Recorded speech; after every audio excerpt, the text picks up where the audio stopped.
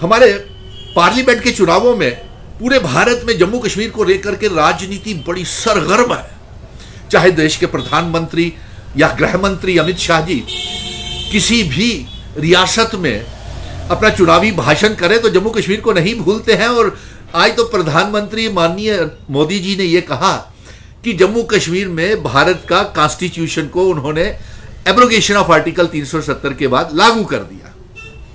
और गृह मंत्री अमित शाह जी का यह कहना है कि जम्मू कश्मीर में जल्द ही नॉर्मेलिसी आ जाएगी। ठीक है साहब, जम्मू कश्मीर की आवाम प्रधानमंत्री मोदी जी आपसे ये जानना चाहती है और गृह मंत्री अमित शाह जी आपसे ये जानना चाहती है कि आप ये बताइए कि आप जम्मू कश्मीर को जो सुप्रीम कोर्ट ने जो जंग हम जीत करके लाए हैं कि रियासत का दर्जा वापस किया जाए, वो रियासत कब जम्मू कश्मीर को वापस करेंगे और कब जम्मू कश्मीर में असेंबली के चुनाव करवाएंगे।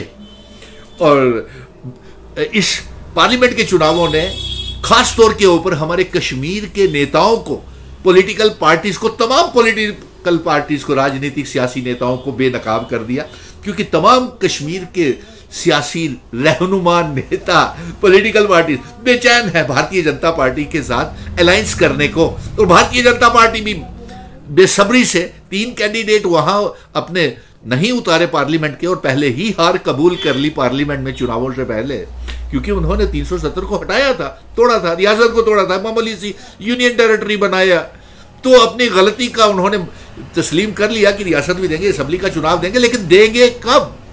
और मैं अपने अल्ताफ बुखारी, गुलाम नबी आज़ाद और सज्जाद लोन से ये जानना चाहता हूं कि आप तो बहुत बेचैन है भारतीय जनता पार्टी के साथ गठबंधन करने के लिए, लेकिन आप ये बताएं कि आप बुखारी साहब, आज़ाद साहब, सज्जाद लोन साहब, जब आप इनसे गठबंधन कर लेंगे, अलायंस हो जाएगा, तो क्या ये जिन्होंने आर्टिकल 370 को तोड़ा है, क्या ये आपको 370 वापस करेंगे? क्योंकि आप तो 370 की वकालत करते आए हैं, आप आर्टिकल 370 की एब्रोगेशन के खिलाफ थे, आप उन्हीं के साथ हाथ मिला रहे हैं। तो इसलिए आपको ये जवाबदेही बनती है कि क्या ये आपको अपना स्पेशल स्टेटस और आर्टिकल 370 वापस करेंगे। और इसके साथ साथ क्या भारतीय जनता पार्टी चुनावों के बाद क्या armed forces special power act AFSPA को कश्मीर से हटाएगी?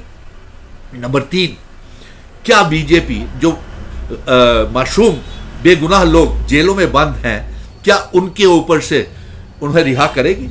क्या हमारे मौलवी, उलमा, मजहबी रहनुमा जैसे मीरवेज उमर फारूक साहब की आप वकालत करते हैं, क्या ये उनके ऊपर से रिस्ट्रिक्शंस और पाबंदियां हटाएंगी? इसका जवाब तो आपको अल्ताफ बुखारी साहब, गुलाम नबी आज़ाद साहब, आपको देना बनता है सज्जाद लोन को, क्योंकि आप तो बेचैन हैं इनके साथ गठबंधन करने के लिए, अलायंस करने के लिए। लेकिन आप ये जानिए कि जब पार्लियामेंट के चुनाव तो इनके साथ अलायंस करके आप हार जाएंगे। बीजेपी ने तो अपनी हार पहले ही कबूल कर लिया कि वहां पे जो 3 कैंडिडेट नहीं खड़े किए। और इसके बाद जब असेंबली के चुनाव आएंगे, आप बेनकाब हो गए हैं, कश्मीर के लोग आपको कभी माफ नहीं करेंगे।